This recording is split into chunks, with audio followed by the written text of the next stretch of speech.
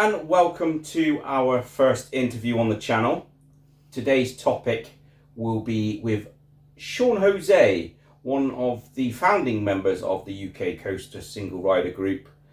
And Sean would like to contribute to today's interview with a topic of discussion. Yeah, so as you know, we're all here because we're really passionate about theme parks. We care about them a lot. But if that's the case, we need to understand, why aren't they how we want them to be? Why aren't they improving in the way they want them to be? Why do we see, for example, food prices going up and up, quality getting worse and worse? Ultimately, if we want to understand that, we've got to look at the economics of the theme parks, not just theme parks, but the global economy. You know, the two things are interconnected. So I'll mildly interrupt you there, Sean. So basically, Sean is suggesting that, let's face it, there's a bit of a downfall going on in the UK theme park industry, and we're falling a bit behind the likes of America and the European parks. For instance, this country doesn't even have an RMC yet, and we're going to focus that topic a little bit more closely today, and hopefully with Sean's help we can look at capitalism and how it has affected theme parks not only in the past but in the future. Do you want to carry on from there, please, Sean? Yeah, so I mean, the very obvious thing to state is that theme parks are there to make profit. And this means that the owners of theme parks, the shareholders, they might not have ever even visited a theme park in their life. Absolutely. That investment to them is about making profit. Whereas for us, it's a safe space. It's a place of therapy for a lot of people. It's a place where you can be childish and loud, and there's basically no space like that left in society, especially. And Sean, I remember you saying like it was your go-to place for your happy space. Yeah, I mean, for me, and I think for a lot of people, it gives a pure form of escapism that ultimately we need, because capitalism is in a state of decay and is making our lives harder and harder. But yeah, the important point is that what's important to us about theme parks is completely the opposite of what's important to those that own the theme parks. And like I said, this boils down to, for example, they want food prices to go up and up and up, quality to go down and down so they can make more profits. For us, we just want good quality food at a good price. But there we enter into a contradiction, right? Because as they've seen at Alton Towers, they've raised the price and lowered the quality of the food, but therefore people don't buy the food. And this really speaks to a bigger contradiction that is inherent to capitalism, not just theme parks. And the good thing there is that you're embracing it from a consumerism point of view, and also from a business ownership point of view. You're not being narrow-minded and just speaking for yourself. You're thinking about what the owners are actually thinking about, and that's just profit, really, isn't it? Yeah, what's interesting is there is a few exceptions to that. So, for example, Efteling, whilst it's not technically a non-for-profit, it does actually run itself in that way. So any profit they do make has to be invested back into the park. Yeah. And you can see it, you can feel it when you're there. You know, it's a distinctive difference. However, I'll give another couple of examples, but this doesn't overcome the overall contradictions of capitalism. So, for example, Linnamäki, which is the main theme park in Finland, they actually created that because there's an issue with basically increased depression amongst the youth, increased isolation, alienation. Okay. So they literally built this theme park for that purpose, and actually the profits made from it they go to a children's charity to help with this precise. Amazing, problem. and that's something I really support, is children's charities. However, here we'll get into the limits, because whilst that's all good intentions, obviously it's within the capitalist system. Yeah. So what they found actually is, it started off being a reduced price for children and young people to get them into the parks, and they found, it's not making enough money. So they quickly increased prices, and again, it's the same pressures ultimately, where they feel they have to increase prices whilst not necessarily raising the quality, and that means that people won't necessarily go there, and so on and so on and so on. I think a really good example of somewhere that is completely state-owned is Liseberg in Sweden. In Sweden, yeah, Gothenburg, isn't it? Yeah, so it's actually owned by the Gothenburg municipality. I've not been there yet. But this means that they can obviously give themselves planning quicker, and again, they can control it in a way which should reflect the interests of the people, in theory at least. Amazing. That's it's great that you've brought that up about how other countries are excelling in actually putting some effort into the community. Don't get me wrong, Merlin and other theme parks put festivals on like Mardi Gras, Scarefest, and even Oktoberfest, but Merlin have knocked back on that this year, and why have they done that? Because Merlin are failing slowly. I think that's quite obvious, and they're trying to recuperate. But do you think they're failing because they haven't done what Lisseberg's done? And was it what's the forename thing? Linnamaki, did you say? Well, they couldn't do it because that involves state intervention. Obviously, again, that's completely different to how a company would run things. For them to run it non-for-profit would make no sense. No investors would invest into that. Sorry, I lost my train of thought. What did you say before that? So I was talking about how Alton Towers has started to fail. Yeah, sorry. And do you think Merlin. it's Merlin in particular? They've taken away the festivals, Bash, Scarefest, even Fright Nights at Fort Park. This is like the best time of the year for me. I went to Fright Nights last year, and it was the best day I've ever had at a theme park. And for instance, Oktoberfest, I remember that at Alton Towers last year, and you had the great big beer tent and everything. And I suppose you could say this is like even a celebration of capitalism, but I want to take it a bit further and talk a bit historical now. Like I mentioned to you about theme park history, and you even it was you who initiated capitalism and its effects on theme parks. And I sort of introduced it to one of the podcasts, and here we are talking about it now. And I'm going to go to Bellevue now. Bellevue was a zoological gardens / theme park, and I think it existed from something like 1830s up until 1980, okay? And this was the third biggest attraction in the UK during that time. But it had a controversy in there, a really nasty controversy about having a cannibal zoo, I believe, or a cannibal presentation, and it involved people from Central Africa being displayed as cannibals. Do you think that despite this being the third biggest attraction in the UK and it lasting for so long, that was capitalism, or do you think it's the fact that they had such controversies as, quite frankly, a racist presentation? Mm-hmm. Yeah, I mean, I'd have to look into it in detail. I'd say the overwhelming point is that despite the best intentions of capitalists, they can't control the wider system. For example, if a capitalist needs clearly to make their theme park survive investing in a new roller coaster, but the price of steel has come up, this is a huge problem. Yes. Or indeed the price of energy has come up. So I'd say the point is that I'd have to look at the particulars of that situation, but in general, the ways in which theme parks are failing is actually out of the control of individual capitalists. Okay, that's an interesting you point. could run your theme park ultimately the best way you can, but you still can't do anything about COVID, or you can't do anything about weather.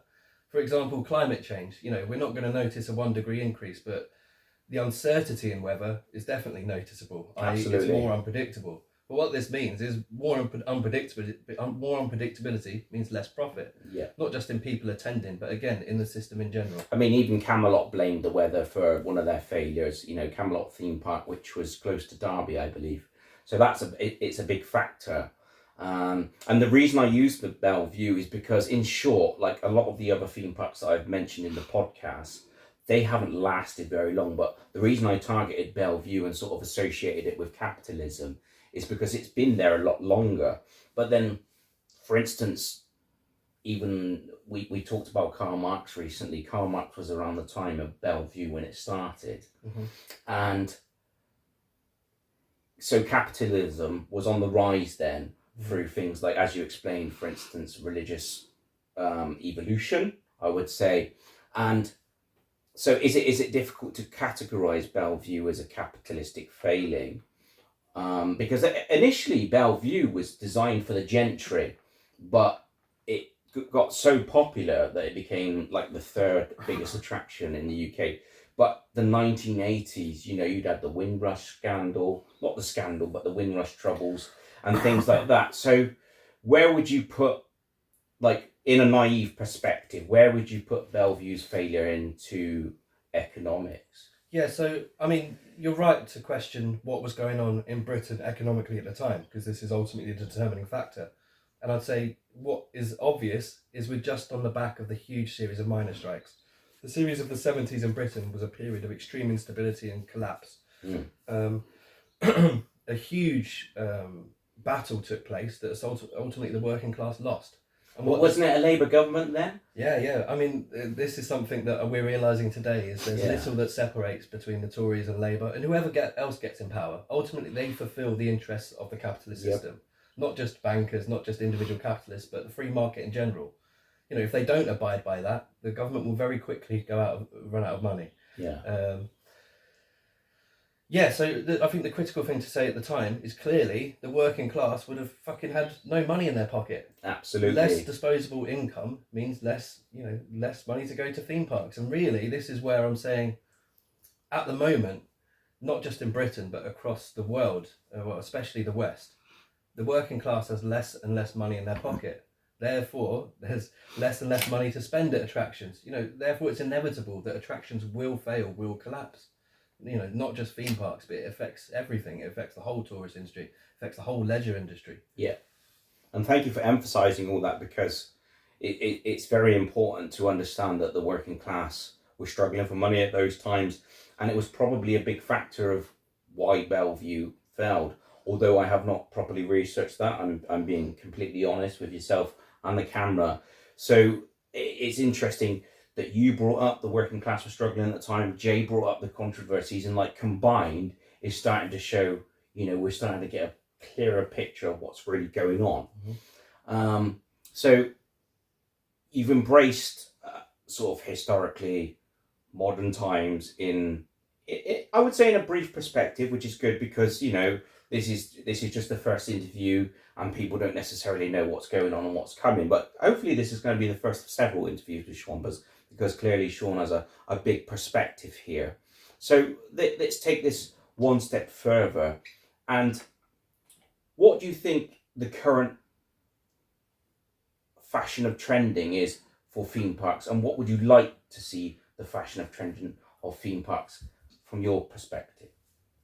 Well, as we're all aware, you know, essentially what we're experiencing is, you know, not just stagnation, but we're experiencing shrinkflation. Yeah. I.e., everyone's not only got less money in their pocket, but they're being asked to pay more for less. Yeah. You know, this is only heading in one direction, and it's not good for anyone. Yeah. Just as a visceral kind of example that I think is important to talk about, when capitalists are cutting corners, like Merlin is at the moment, by, you know, not just reducing the amount of events, but they've also done away with the creative department, as I understand it. But how this also can manifest is with less maintenance. So, you know, I'd say this is why Merlin, compared to their theme parks, compared to virtually all other theme parks in the world, their rides have more downtime. And it's a bit more of a complex global situation in terms of why Merlin's behaving like this. Ultimately, they've got huge investments that they've been making in Asia. So because they've opened theme parks in South Korea and so on, ultimately they're doing that off the backs of, you know, British people's money here, instead of reinvesting back into and to that point, I actually, this might sound really, really cynical, I actually find Merlin quite satirical, to be honest with you. Like Chessington, a big chunk of Chessington has been taken out. Let's be fair, it is for development, and a lot of vloggers are really positive about it, and maybe I'm being cynical, but I feel like they're taking our money, enjoying themselves from it. But what are we getting back? We've had our festivals taken away from us. We've had now, for instance, Cobra's been taken away, the Monkey Swinger. And it's like 2 or 3 years away, maybe 2026, sorry, before anything's going to be implemented. So there's a space of 2 years there where, and I think that's a bit satirical. I think that Merlin could be doing more. And I don't feel like there's a bright future for Merlin. Well, the reason they're not doing more is because they've got the monopoly on the market. It's that simple. And that will change when Universal comes. But it's important to say that the general trend is towards monopolisation, where they will therefore do what they can get away with. And I think a really important example is to talk about in the USA, where there was ultimately a big battle between Six Flags and Cedar Fair, where they were constantly trying to outcompete each other. Yeah. Which this is how capitalism is supposed to work, right? You know, therefore they're making better rides and that's better for us. However, what they've realised is shit, instead of competing against each other, we can make more profit if we merge here, and then we'll have the monopoly, the hegemony, and then we don't have to invest so much. And this is exactly what they're doing now. So not only are they shutting down theme parks, but they can get away with less because there is no competition, basically. And this is the trend. This is what all companies want. They want to monopolise the market. Yeah, it sounds like a Burger King and McDonald's sort of job. And let's move on lastly and talk more about Universal. You sort of embraced Universal come in and Merlin monopolizing things and sort of taking more in a satirical way. Pardon me for using the word satirical, but what do you think Universal is going to do for our industry? Do you think it's going to bring a lot of jobs? Do you think it's going to be sort of minimum wage down there? How do you think people are going to get there? Because you'll find, like, even with local nightclubs, they put transport on. And what's the CEO of Alton Towers taking home? Can they afford? Imagine if the CEO was taking home £100,000 less a year. That could be buses for disabled people from the local 3 counties for the whole year. Mm-hmm. What do you think Universal's going to do for the community? Well, I'd say ultimately it doesn't resolve the contradictions. Right. So yes, it will increase competition, which will benefit us theme park enthusiasts, but it doesn't solve the fact that people have got less money in their pocket. And it also doesn't solve the fact of, like I said, the role of a capitalist in making money is to squeeze the standards. Like I said, less maintenance. But another part of that is it can be really unsafe. I'd say that pretty much, we all know about the tragedy at Alton Towers. That came down to a lack of training. What does that mean? Well, training costs money. This is the kind of repercussions you'll see. So I'd say it's very hard to predict what will happen, but as long as the same motives are in place, we'll end up with the same problems, just manifesting in slightly different ways, again and again and again.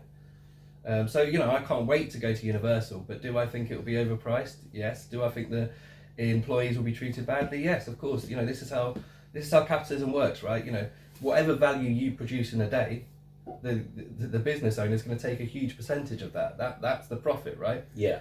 And this is the inherent contradiction. We've seen, especially under COVID, a huge redistribution of wealth to the rich. And what this means is there's less money being actually spent, because they don't really spend it. Often they just hoard it. And especially during times of instability like we are now, they don't want to invest because it's precarious. Yeah. What they want is safe investments, and theme park industries aren't particularly safe. Just like the weather or steel or energy, all of these things. So on the whole, I'd say, in Britain, it's looking kind of bright in the momentary, but on the whole, the theme parks they're heading the same way as the NHS. They're heading the same way as housing. They're heading the same way as everything that we're seeing. There's a general degradation. And do you think that's due to exhaustion? No, I'd say it's a build up of the contradictions. Essentially the rich getting richer, the poor being poorer. This is unresolvable. I mean, a really good example of this is automation. Again, for a capitalist, what they want is to increase profits. So if they can replace workers with machines, fantastic, and workers with AI, fantastic. But what does this mean? Who are you going to sell those products back to when those people don't have a job? And we're entering in a period where a lot of people are going to lose their jobs because of AI. So this is another factor, right? Absolutely, and that's one of the things I'm a bit cynical about as well as AI. And although I love it, I also think that it's going to be a potential downfall in the future. But however, I'd like to thank Sean for today's interview and being very brief but analytical with what he's been saying. And Sean just wants to say something else. Yeah, I was going to say, I just, very quickly, as to kind of wrap it up, because really to understand what's going on at theme parks, we do have to understand the global situation. So, I've got the figures in front of me. The global debt, so essentially what the world owes itself, is 324 trillion as of today. Goodness me. Yet the global GDP is only 106 trillion. So that's GDP. For the entire world. That's not even post-tax. So if every single bit of production, the value of every bit of production on Earth that takes place, and none of that was reinvested or spent, nobody was eating, nobody was spending it, and obviously that's impossible. Yeah. That would have to happen for several years just to pay off the debt. The point is this debt can never be paid off, and it was only introduced to keep capitalism alive during the 2008 crisis and during COVID. I mean, in Britain, again, I've got the figures in front of me because this is what it relates to, right?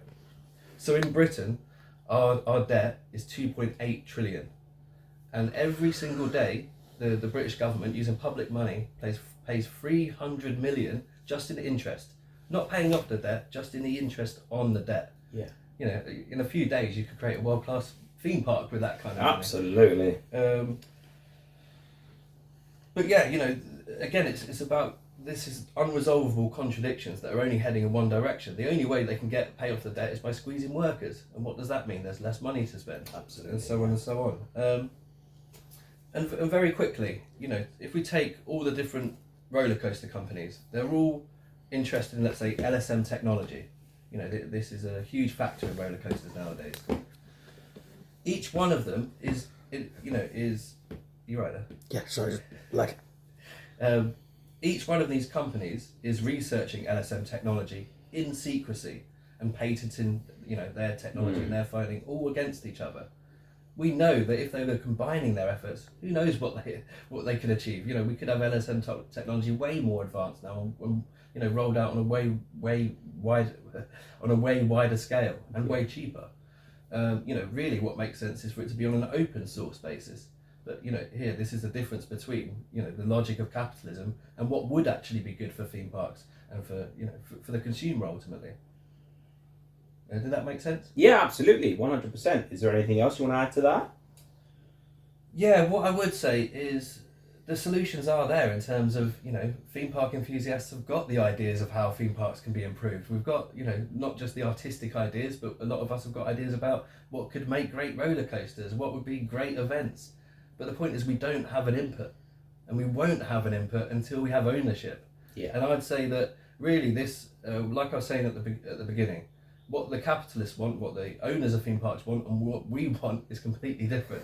The only way to resolve that is for us to become the owners, for the working class in general to control society, to do it in our needs. Yeah. That's the thing. If UK Coaster Single Rider Group was set up as a charity, it would put the group in a position where they could set up GoFundMe. I know it's like the beginnings of, but that's a potential start for what you're suggesting is like an open source. But that is going to be for another interview on another day. Are you okay with that? Yeah. That's a wrap. Yeah, nice one. Thank you.